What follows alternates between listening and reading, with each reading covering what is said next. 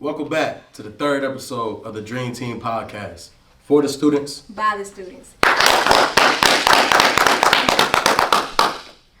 This week's episode will cover diversity, fatherhood, and faith.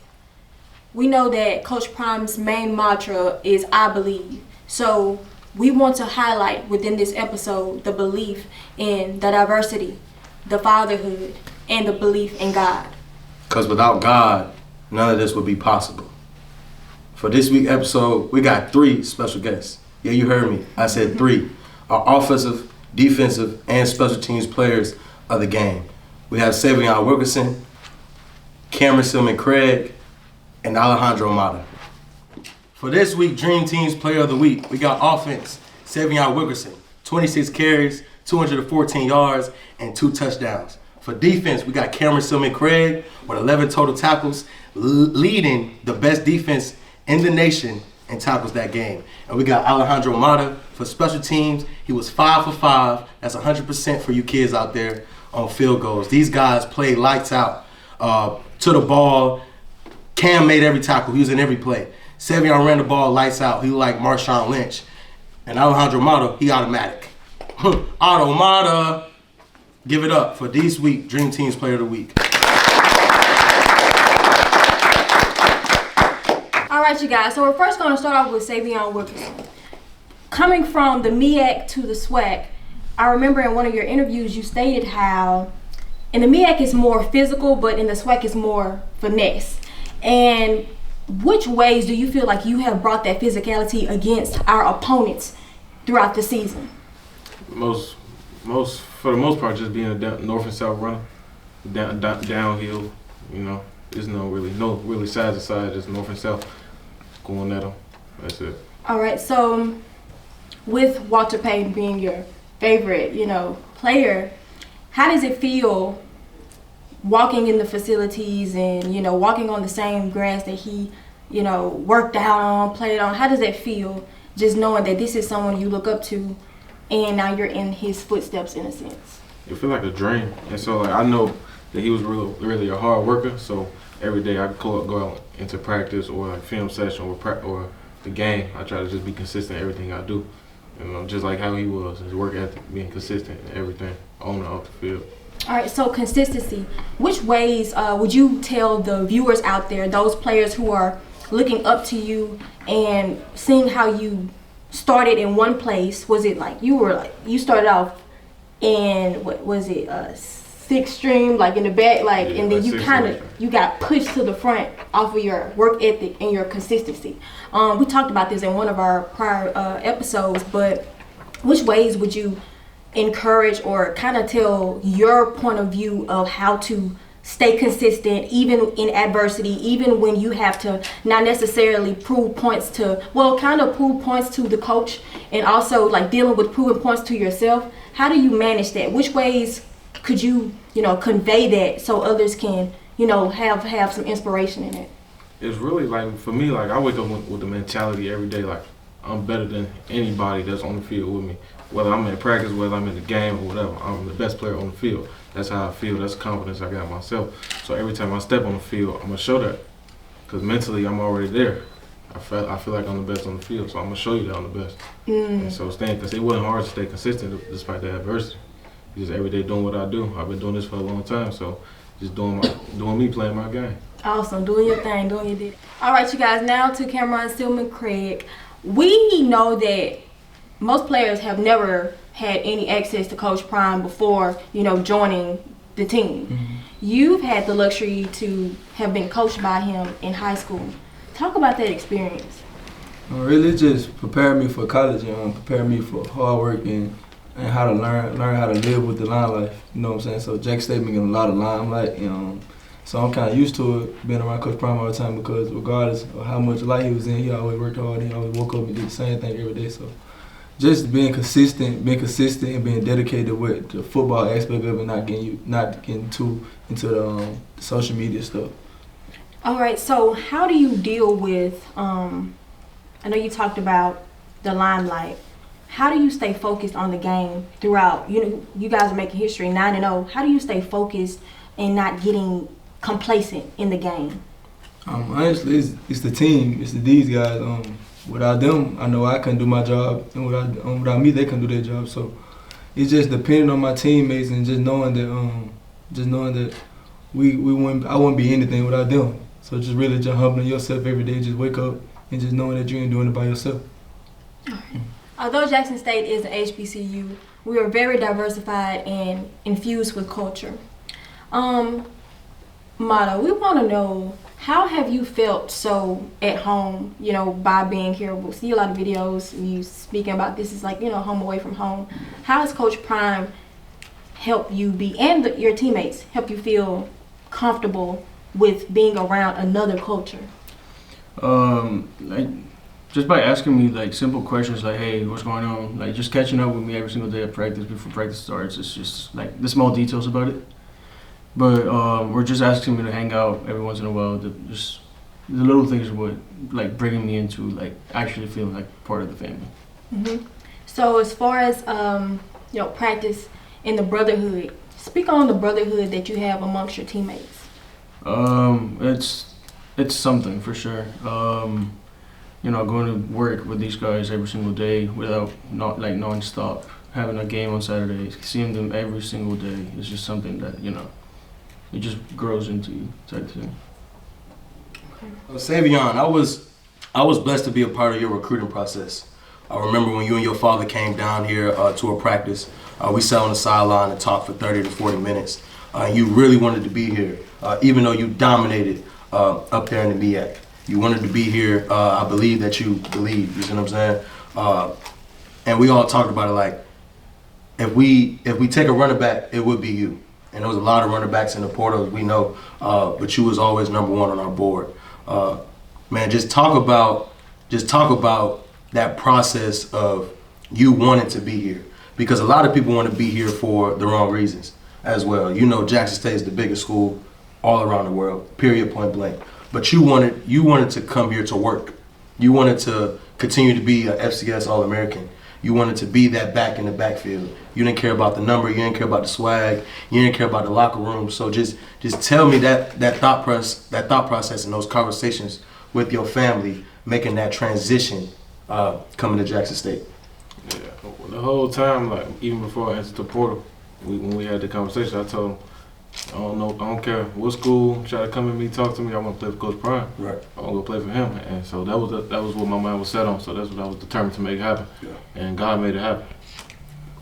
So also, man, I've been here since you got here every day, and I noticed, man, you embrace the other backs. J.D. Martin and Santee Marshall, who are great complimentary backs, great backs overall. They could catch it out the backfield. They could run in between and outside the tackles. And you supported them since day one. You didn't come in here with an ego saying, hey, y'all smoke. Like, I'm here now, y'all smoke. You encouraged them. You clapped up on the sideline before your time came, later down the season. So I just want to let the people know, man, this guy's a great teammate.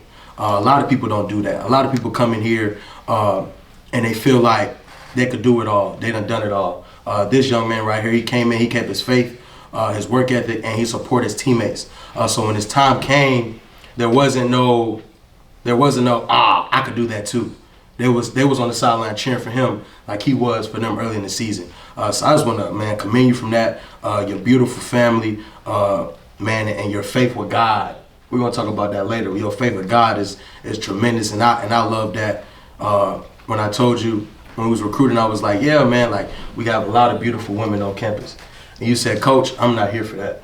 I got my lady at home. I'm here to dominate, and I just want to congratulate you for that, man, and commend you for that, just being a great, outstanding young man. And that's what Coach Prime talk about. He say guys come in as boys and they leave as men. Well, you came in as a man, and you're going to leave out a better man. So I want everybody to clap it up for 36 Savion Wilkerson. Let's get to it though. Let's be real. Now let's get dirty. And I'm gonna be straight up. Yeah. I'm gonna be straight up. Yeah. You weren't all sweat last season. Yeah, let's talk about it. Yeah. Let's talk about it. You weren't all sweat. And we all know what it was. I mean, week 1 versus FAMU, you came out and dominated.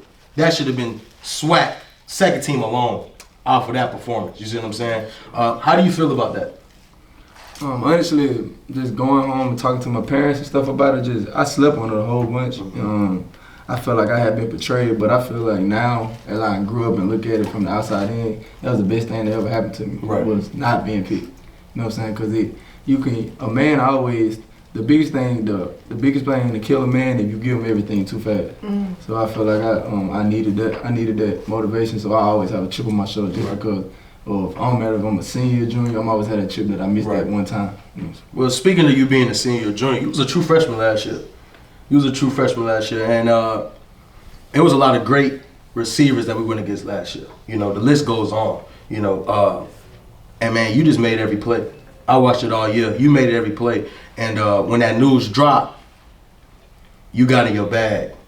And then the whole speculation about, you know, who's gonna wear 12. And Prime said it. He said, hey, dog. He said, hey, dog, I don't deal with that. And then you came out with 7. You made it a brand. 7 Up. When you see this, hey, talk to my boy. But you made it a brand. You made it a physique, a facade, who you are when you go on the field. When 7 on the field, you know where 7 at. You got to tap in with 7. Talk about that transition from 12, which I know that number meant something to you, and then going to 7 and making it your brand. Man, honestly, going to 7 wasn't easy. I mean, I already had videos out talking about the next honey badger and all that. So really, it was just a marketing thing. I just went with the hype. Right. You know what I'm saying? And I had a guy come in that was a hardworking guy and #1 player in the country, so it was easy to give him that because he was a respectable, you know what I'm saying, humble young guy. So he can have it. And I had just flipped the whole thing and made it, you know what I'm saying, my brand. Because 7, you can play a whole bunch of. You can play a whole, toss it up on 7, like 7 up, you know what I'm saying? Yeah. Like 7, 7, 7, 7, you're hitting the jackpot. Come on now. You can play 7 a lot. So you know what I'm saying? Yeah. 7-11, always open. You know what I'm saying? There's a whole bunch of plays out there 7, so it felt right for me. And I had first put it on that practice one day, and it just felt right. And it looked right. So. Right. I remember you just told Kay that, you know, you wasn't in the whole social media thing, you know. Yeah. But there was a picture of you on Facebook that went around, you know what I mean? Man. And all the beautiful ladies out there was, you know. So if we got to talk about if we had an HBCU magazine, you know, who's the best looking, you know what I'm saying, HBCU player, you probably would be voted, man. How did that feel, man? How did that feel? You go all around the world, you know, young and older ladies, of course, you know, just admiring you know what I'm saying? How do you not get complacent with that? You know what I'm saying? Honestly, I've been there. When it came out, I didn't see it. It was in Miami when it came out, so I didn't see it until right before we started, like the day of the game. Right. So I didn't really get a chance to really look into it too much, but a lot of people tagging me in these old ladies. I still get asked about it to this day. Like anytime I go out in Jackson, somebody say somebody like, "You the guy on the post." Like. But yeah, man, I want to give you your praise, man. For it's hard when you put that work in and you don't get acknowledged for it. You know, I go through that myself, just throughout my life as black men or as men in general, men of color in general. We work hard and we don't get the acknowledgement that we deserve, that we earn. And for you, my brother, to take that and double it up. Like, oh, that wasn't good enough. All right, let me double it up. And I mean, just check your play, check your energy. And as we know, man, this has been the best defense in FCS 2 years in a row. And you've been the captain of that defense for 2 years in a row. You was the captain of that defense as a true freshman. So, man, I just want to give you your praise, period, point blank, because everybody know who our DC is. Dennis Thurman, one of the most well-respected black coaches to ever coach this game. And he trusted in you. And Coach Prime, the greatest defensive back of all time, trusted in you to command that defense. Where we had James Houston and Antoine Owens, and you know what I'm saying. And now we got Aubrey Miller, who's emerged tremendously.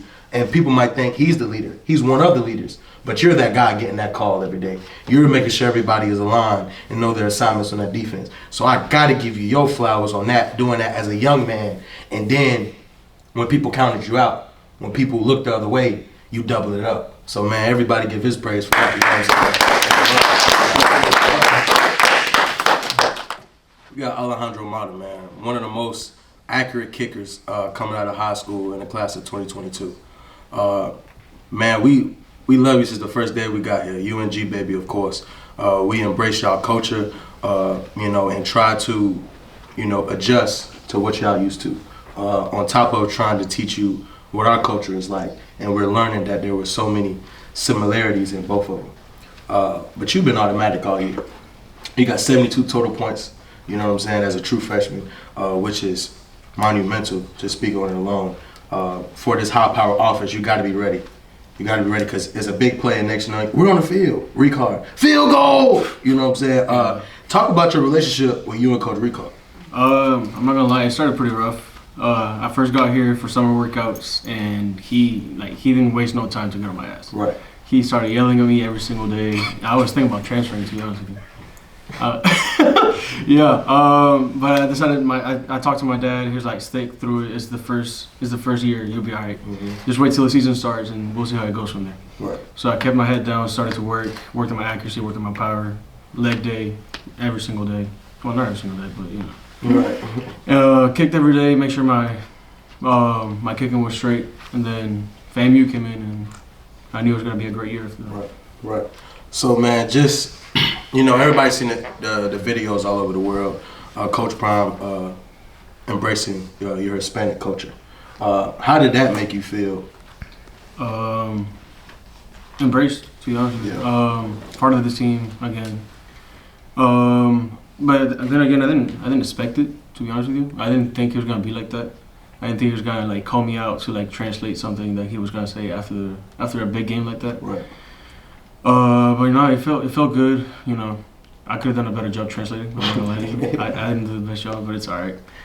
But yeah, I felt like I was there at the moment. I was being part of the team. I was helping the team actually accomplish something that's never been done before. Yeah. For you to come in as a true freshman, and I said the same thing about Cam. Kicking has so much pressure into it because every coach in America already counts that point. Mm-hmm. Everybody said we scored 7, but it's really 6. You know what I'm saying? And we had some up and downs last season, of course. Sometimes we were great, other times we were down. You came in and you put that consistency.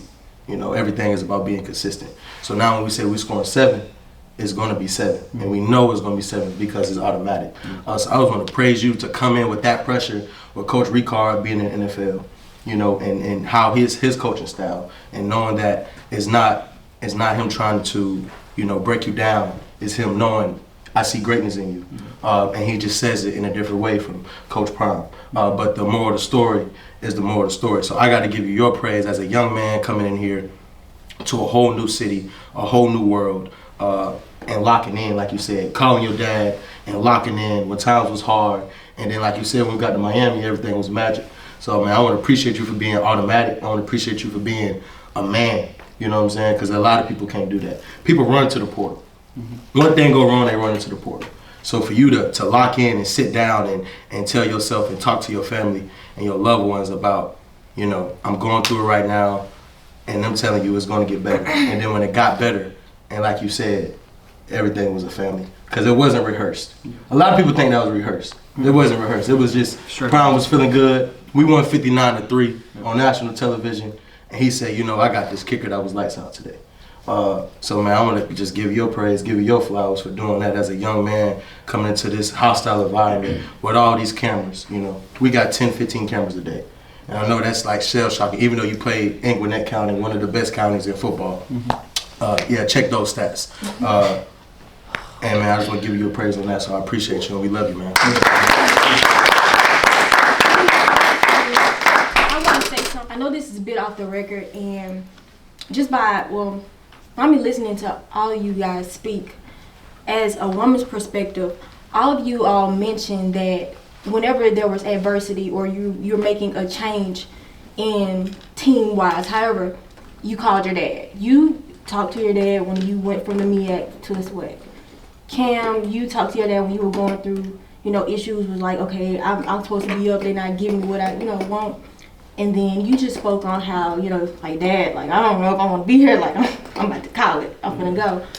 I think that speaks volumes by you guys having those influential men in your life, because not many players get to experience that. Thankfully, we have Coach Prime, who is that, you know, that light, but you guys have that light and also have light that's already within your home, or just, you know, your father, that fatherlyhood. I just want to speak on, you know, just those who are watching. If you're a father, you're a parent, you know, it's very imperative that you speak into your kids, because y'all wouldn't be where y'all are right now if y'all hadn't had y'all fathers. And that's important in the Black community, in the Hispanic community, in any community. But this is very, I think that needs to be highlighted, and people need to see that and, you know, take from that you're necessary, you're needed, and you guys are in a great position. Had you not had your fathers, y'all might not be where y'all are right now. So we spoke about father, now to moms. We have a pretty viral video going on, you know, going around with your mom praying over you before your game. And so many people were commenting. I mean, the young, everybody was commenting, and you, hours later, you turned up in the game. Like, people who probably didn't even believe in God, probably like, something on him, like he got some type of favor. You know, the comments were going crazy. But just speak on how, you know, your relationship with God, and, you know, how your mom's influence in that. And then as well, Coach Prime, because he's very vocal on, you know, who God is, who Jesus is, and how we wouldn't be who we are without him. Yeah, so really, I really have my own relationship with God, but my mom, we always pray before every game, like no matter what. We pray in the morning, then we probably pray again, like right before the game, like a few hours before the game, just to get, you know, more spirituality involved into the day before the game. And one of the reasons I wanted to come here was because of Coach Prime, and I seeing him being vocal about, you know, God and all that sparked an interest in me as well. You know, seeing what type of man he is and how he carries himself. So that was one of the reasons I wanted to come as well. Just seeing him being a man of God and actually being consistent with it, and not just talking, really being. Cam, do you have anything, you know, as far as like the impact that God has had on your life and the influence Coach Prime has, you know, instilled within that relationship with Christ? Me personally, I grew up in the church. My grandma was the youth pastor at a church growing up, so I was at church at 8 o'clock in the morning every Sunday with a shirt tucked in. So growing up, going through high school and going through different things, I started leaning on God more for strength and just giving me a way when I ain't have one. So I grew, through going through things, I grew a relationship with God more than just, you know what I'm saying, my parents just telling me. Awesome. Mom? I grew up in a very religious household.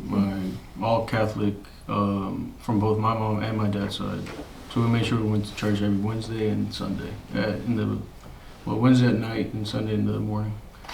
But yeah, I always made sure that if anything got hard, if my dad wasn't there, whether he was in a meeting or something, I was always praying to God to make sure that he had me on the right path. That's awesome. Y'all, it's by the students, for the students, and we love sport, we all know that, but it's deeper than that. So we just hope you guys are really taking heed to what these young men are saying and how diverse we are. This episode is about diversity, because we come from all walks of life, no matter if we have the same color or not. Everyone experiences life in different forms and fashions. So we really appreciate you guys, and we hope that you guys continue to support us and them. Thanks.